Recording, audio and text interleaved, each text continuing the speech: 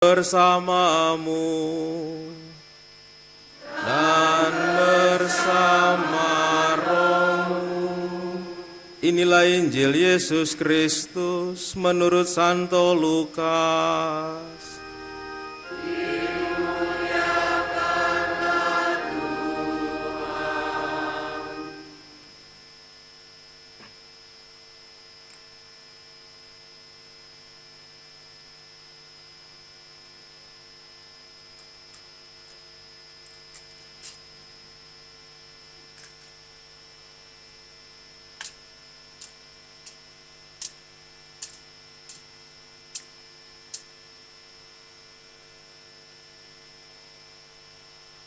Ketika Yohanes tampil di Sungai Yordan, banyak orang menanti-nanti dan berharap, dan semuanya bertanya dalam hati tentang Yohanes, kalau ia adalah Mesias. Karena itu Yohanes berkata kepada semua orang itu, "Aku membaptis kamu dengan air, tapi Dia yang lebih berkuasa daripada aku akan datang, dan membuka tali kasutnya pun aku tidak layak. Ia akan baptis kamu dengan Roh Kudus dan dengan api." Ketika seluruh orang banyak itu telah dibaptis, dan ketika ia sedang berdoa, setelah ia juga dibaptis, terbukalah langit dan turunlah Roh Kudus dalam rupa burung merpati ke atasnya. Terdengarlah suara dari langit, "Engkaulah putraku yang terkasih, kepadamulah aku berkenan." Berbahagialah orang yang mendengarkan sabda Tuhan dan tekun melaksanakannya.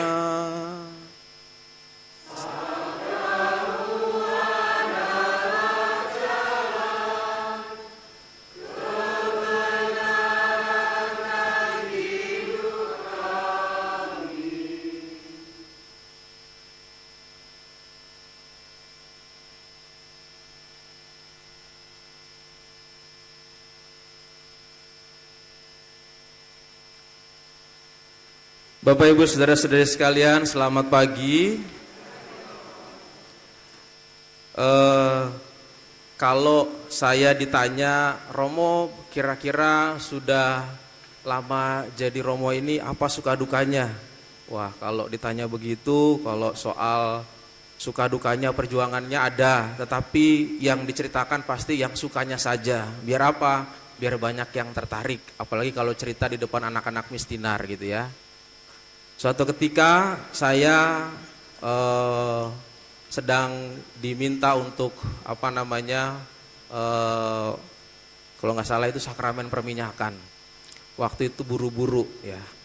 Waktu ketika diminta itu saya naik motor karena supaya lebih cepat.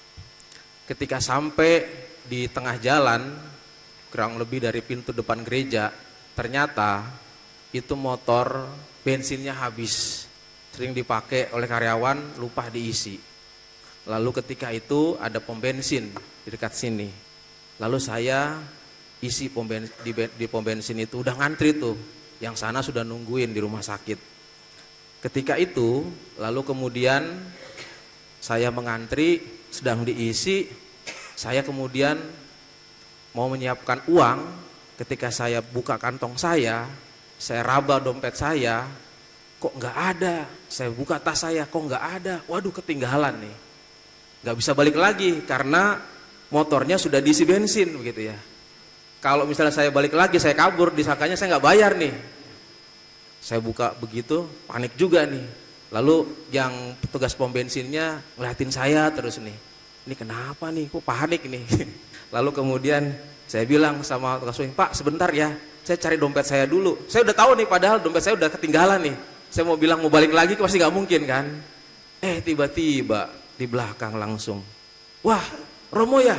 "Wah, ya, kok tahu?" katanya. "Romo tenang, ini saya yang udah bayar," katanya. Ternyata ada umat dari belakang yang sudah mengamati dan sudah membayarkan.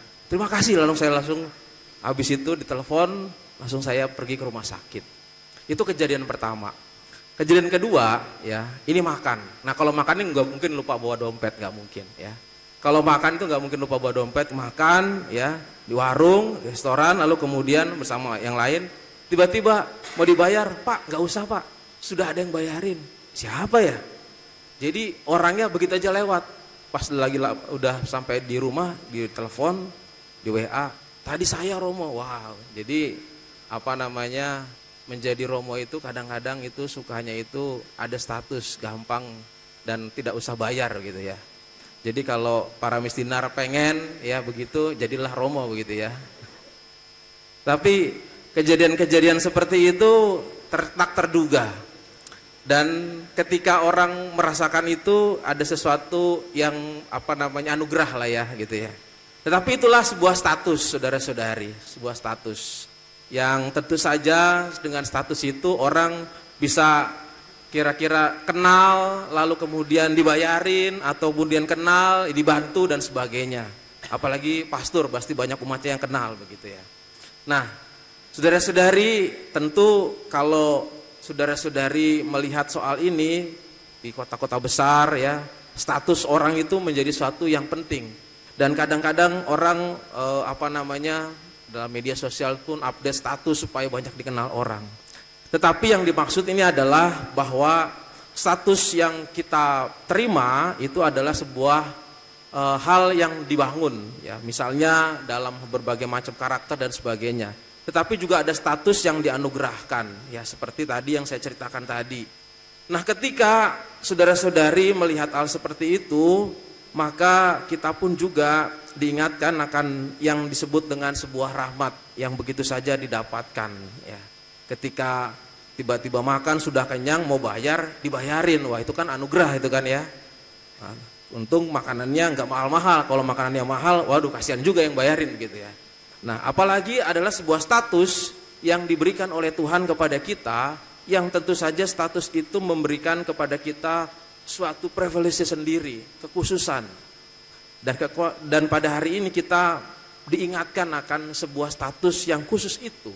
Status yang lebih dari sekedar ditraktir atau dibayarin, tetapi ini adalah status khusus yang diberikan oleh Allah kepada kita lewat sebuah baptisan. Bapak, saudara-saudari, kalau status khusus yang lewat baptisan ini yang kita terima, itu adalah hal yang biasa-biasa saja mungkin bagi kita salah memandang hal itu. Nah, pada hari ini kita diingatkan bahwa status itu adalah status yang luar biasa, yang membuat kita itu ya ketika kita dikenal, maka kita pun akan mendapatkan privilege tertentu. Kalau tadi misalnya kenal orang lalu kemudian dibayarin, gak usah bayar makanan, gak usah bayar bensin, ya ini lain lagi, ini lebih daripada itu. Ketika orang mengenal kita, ketika yang kita dikenali dalam status itu, kita mendapatkan kekhususan dan juga privilege yang luar biasa. Apa itu? Yaitu adalah baptisan yang telah kita terima. Dan baptisan itu mau menunjukkan adalah sesuatu yang amat besar yang pernah kita dapatkan. Saudara-saudari yang dikasih Tuhan, kalau kita lihat dalam bacaan Injil pada hari ini, ketika Yohanes tampil di Sungai Yordan, lalu kemudian Yesus dibaptis, lalu ada beberapa tanda yang menyertainya, yaitu ketika Yesus dibaptis, terbukalah langit, turunlah Roh Kudus dalam rupa burung merpati ke atasnya, terdengarlah suara dari langit, engkaulah putraku yang terkasih, kepadamulah aku berkenan. Ini adalah status baptisan yang telah diterima oleh kita. Bukan saja yang dialami Yesus pada waktu itu, tapi juga oleh kita. Berkat baptisan Yesus yang telah dianugerahkan kepada kita lewat Roh Kudus, Yohanes mengatakan, ia akan baptis engkau bukan dengan air saja, tapi dengan Roh Kudus, dengan api. Dan berkat itulah maka terdengarlah suara dari langit, engkaulah putraku yang terkasih, kepadamulah aku berkenan. Kata-kata yang sama, kata-kata yang tentu saja terdengar pada waktu itu juga melekat pada status kita. Kita diajak untuk melihat dan juga mendengarkan kata-kata Allah, engkaulah putra yang kukasihi, kepadamulah aku berkenan. Saudara-saudari, tentu ini adalah deklarasi Yesus ketika dia mau mewartakan kerajaan Allah, menyatakan dirinya di hadapan umum. Tetapi deklarasi ini mau menunjukkan juga, inilah deklarasi sebagai status yang kita terima dalam pembaptisan itu. Kekhususan ada dua di sini. Yang pertama, putraku, engkau anakku. Yang kedua adalah aku berkenan. Ini adalah dua hal kekhususan yang kita terima dalam baptisan kita yang bukan main. Sesuatu yang sangat besar yang telah kita terima, yang dianugerahkan begitu saja. Kenapa demikian? Karena dengan status anak itu, kita tahu bahwa kekhususan seorang anak itu, dimanapun dia berada, maka ketika seorang bapaknya atau orang tuanya hadir di situ, maka dia akan mendapatkan hak khusus. Dan yang kedua adalah aku berkenan. Kata berkenan ini adalah mau menunjukkan bahwa bukan saja kata-kata ini mau mengatakan bahwa anak itu baik, anak itu hanya bisa melakukan perintah-perintahnya, tetapi aku berkenan menunjukkan juga pada sebuah hal tanggung jawab yang diemban. Aku berkenan kepadanya. Sesuatu yang diberikan, yang diemban dalam tugas-tugas yang dipercayakan, itu diberikan kepada status anak ini. Nah maka ketika dua status ini melekat pada kita lewat baptisan, maka kita menjadi orang-orang yang khusus juga, yang terpilih, yang dipilih oleh Allah, dan menjadi orang-orang yang diangkat menjadi anak-anaknya, dan Allah berkenan kepada kita. Kita bisa membayangkan saudara-saudari, apakah kita juga memiliki status itu yang juga sama, yang kita terima dari baptisan yang telah diterima juga oleh saudara-saudari kita yang lainnya, yang juga diangkat menjadi anak-anaknya. Kita lihat dalam peristiwa-peristiwa yang nanti kita akan lihat dalam bacaan yang pertama dan kedua, bagaimana kata-kata yang diucapkan, misalnya dalam Nabi Yesaya, ketika Yesus dibaptis mau menunjukkan bagaimana kata yang membuat orang bersuka cita, hiburlah umatku, tenangkanlah hati Yerusalem, dan serukanlah kepadanya perhambaan yang sudah berakhir. Apa yang terjadi ketika status itu diterima adalah suatu kabar sukacita dan kegembiraan yang mengubah haluan hidup seseorang, yang mengubah pandangan hidup seseorang menjadi pandangan yang lebih terang lagi. Kata-kata hiburlah itu menunjukkan bagaimana orang yang mendapatkan status itu dengan sukacita dan gembira dan meluruskan pandangannya ke depan menjadi anak-anak Allah sendiri. Dan surat Rasul Paulus kepada Titus yang menunjukkan bagaimana kebahagiaan yang besar karena karunia Roh Kudus. Karunia Roh Kudus yang telah kita terima menunjukkan kepada kita suatu semangat dan gairah hidup kita itu. Maka kalau status itu kita terima, yang sudah mungkin mendapatkan baptisan, ada yang sudah 25 tahun, ada yang 50 tahun, ada yang mungkin sudah 60 tahun, ada yang mungkin baru kemarin, ada yang sedang belajar lewat baptisan itu.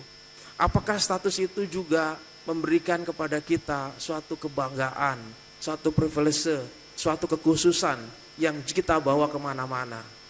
Kalau kita merasa bahwa itu adalah hal yang biasa dan hal itu yang lumrah yang kita lupakan, bahkan juga mungkin kita sudah tidak tahu lagi kapan kita waktu itu dibaptis, dan kita tidak melihat lagi makna baptisan itu, maka apa yang menjadi status itu akan tidak pernah kita rasakan, akan tidak pernah kita gunakan, dan kita tidak tahu siapakah diri kita, siapakah jati diri kita, siapakah kita sesungguhnya. Nah, ketika orang yang tidak mengenal itu, maka dia akan melihat segala sesuatunya menjadi biasa. Tetapi berbeda ketika orang mengenal statusnya sebagai anak Allah yang dianugerahkan rahmat Tuhan, maka dia akan memulai sesuatu pandangan yang lebih baru lagi, pandangan yang lebih lain lagi dibandingkan hari-hari yang dia alami. Ketika orang tahu bahwa dia memiliki sesuatu yang berharga, dia akan gunakan itu. Sebagai contoh, anugerah yang kita terima ketika seseorang diberikan yang namanya sebuah ballpoint, hadiah dari seorang anak yang sudah kelas masuk di SD. Lalu ketika anak itu tidak pernah bisa belajar menggunakan alat tulisnya, maka bolpen itu hanya melekat pada kantongnya saja, di sakunya saja ditaruh. Orang tidak melihat dia menggunakan bolpen, tapi dia tidak tahu caranya bagaimana menggunakan alat itu. Atau ketika orang diberikan hadiah sebuah mobil, tetapi dia tidak pernah tahu cara mengemudikan mobil. Diberikan motor, dia tidak pernah tahu bagaimana cara mengemudikan motor itu. Maka yang dijadikan adalah statusnya dipajang. Motornya dipajang, mobilnya dipajang, bolpennya dipajang. Orang hanya melihat sebagai status saja, tidak melihat digunakannya. Nah, maka status yang kita terima itu kita harus tahu cara bagaimana menggunakan yang namanya rahmat yang besar itu. Engkaulah putraku yang terkasih, kepadamulah aku berkenan. Apa yang menjadi tekanannya dua hal tadi? Putra yang dikasih Tuhan berarti kita adalah anak-anak Allah yang diangkat dari berbagai macam kerapuhan dan dosa-dosa kita, dan kita diangkat statusnya menjadi anak, bukan lagi hamba. Perhambaannya sudah selesai dan diangkat menjadi status anak. Status anak mengangkat kita juga untuk melihat bagaimana anak itu kalau juga bersama dengan orang tuanya memiliki kekhususan hubungan yang erat sekali. Maka betapapun bersalah anak itu tetaplah sebagai anak, dan betapapun anak itu jauh, dia pun akan pulang kembali kepada Allah, kepada rumahnya, dan dia tahu jalan pulang ketika dia tersesat. Ketika dia kabur dari rumah, dia tahu bagaimana rumahnya mencintainya, dan dia akan kembali kepada rumahnya. Dan status anak itu adalah kita. Ketika kita mengalami sesuatu jalur yang jauh dari Tuhan, kita tahu bagaimana kembali, bagaimana Allah mencintai kita, karena itu adalah status anak itu. Dan kepadamulah aku berkenan. Nah, kata ini juga menunjukkan kepada kita, ketika Allah menunjukkan kita berkenan kepada kita, maka apa yang menjadi tanggung jawab kita juga harus kita jalankan dalam tugas-tugas kita.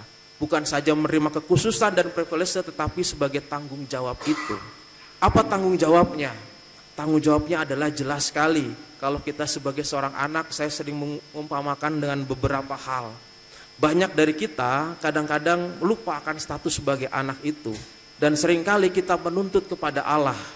Banyak juga kita ketika kita melakukan segala sesuatu yang baik, maka kita selalu menuntut supaya Tuhan juga mengganjar yang baik.